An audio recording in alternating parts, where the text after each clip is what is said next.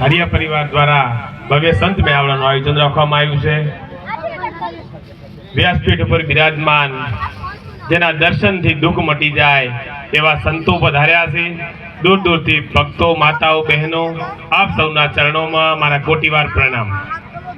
ખરેખર આજે આ પરિવારે અઠવાડિયું 10 દાડા ફરે પણ સંતોના દર્શન ના થાય એવા સંતોના દર્શન કરાયા છે આપણને, તો પરિવારના ચરણોમાં કોટીવાર વંદન કરું છું। અને ખરેખર હું તો ઘણીવાર કહું છું કે દેહમાં ભજન કરવું સહેલું છે, પણ સાહેબ ઓગણામાં ભજન કરાવવું કાઠું છે।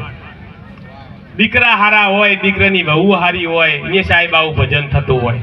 બે વાળે દીકરા શું કરે છોકરા, માટે આ પરિવારને કોટીવાર વંદન કરું છું।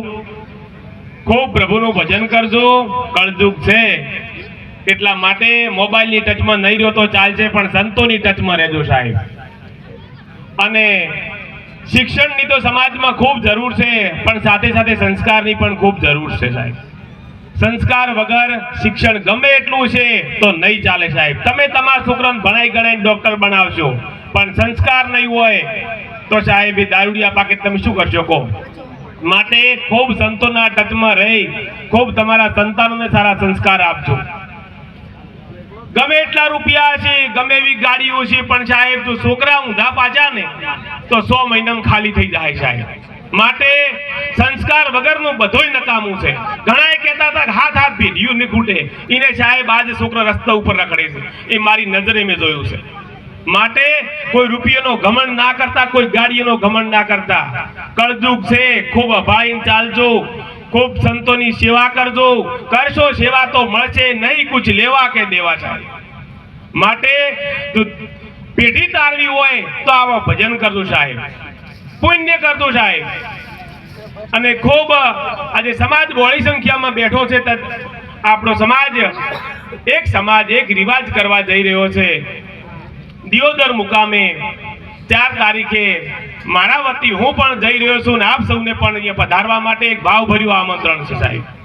સમાજ આપણું મા બાપ છે, સમાજ જે તે નિર્ણય લેતો હોય એમાં સાહેબ ભલે કોઈ પાસે રૂપિયા ઓછા વધતા હશે, ઘણા યુવાનોને ખોટું લાગતું છે, પણ સાહેબ સમાજ એ મા બાપ છે। સમાજના નિર્ણયને આપણે સૌએ આવકારવાનો છે, સૌએ વધારવાનો છે, ને બધાએ આપણો સમાજ વ્યસન મુક્ત બને, આપણો સમાજ શિક્ષણ યુક્ત બને, કુરિવાજોથી મુક્ત બને અને ખરેખર ખૂબ પ્રગતિના પંથે જાય। અમારું પણ એક સપનું છે કે અમારા સમાજના યુવાનો આઈપીએસ અધિકારી બને, કલેક્ટર બને, સારી ગાડીમાં ફરતા થાય। એટલા માટે અમે પણ સમાજને જ્યારે ત્યારે ઠપકો આપતા હોય છે। ઘણા યુવાનોને ખોટું પણ લાગતું છે કે એ પરણી જાય એટલે હવે અમે અમારા પરણવાનો વારો આવે ડીજે બંધ કરાવે છે। એવું નથી હોતું સાહેબો। અમે પણ ઈચ્છીએ છીએ કે અમારો સમાજ ખૂબ પ્રગતિ કરે, એટલા માટે અમે પણ ઠપકા આપતા હોય છે। અને ખરેખર આજે મા બાપની ખૂબ સેવા કરવાની વાત હું તો જ્યારે ત્યારે કહું છું કે ખરેખર ખૂબ મા બાપની સેવા કરજો। અને ખરેખર જે મા બાપની સેવા નથી કરતા ને એમની ભાઈબંધી પણ ના રાખવાની સાહેબ। હું તો ઘણી વાર જોઉં છું કે 18 વર્ષના જેને દીકરા દીકરીઓને જ્યારે આપણે ખરેખર એમને પાળી પોષીને મોટા કર્યા હોય અને સાહેબ એ 4 દાડાના પ્રેમમાં મા બાપને ભૂલી જતો હોય, એ સાહેબ 18 વર્ષના મા બાપને ભૂલી જતો હોય, એ તમારા ઘેરાની શું દાદર ફૂટશે। માટે એ એવાની ભાઈબંધી મત કરો, એવો માણસ આપણા જોડે ના જોઈએ છે। મા બાપની જે સેવા ના કરે એને મિત્ર પણ ના જોઈએ સાહેબ। વાહ, માટે ખૂબ મા બાપની સેવા કરજો, ખૂબ હળીમળીને રહેજો અને ખૂબ તમારા સંતાનોને સારું શિક્ષણ આપજો। બસ વધારે કોઈ કહેવું નથી। આજે સંતો બહોળી સંખ્યામાં છે, આપણે બધાએ સત્સંગ સાંભળવાનો છે। પરિવારના ચરણોમાં, સંતોના ચરણોમાં વંદન કરું છું। જય ગુરુ મહારાજ, જય જવાન, જય કિસાન। ખૂબ ખૂબ ધન્યવાદ।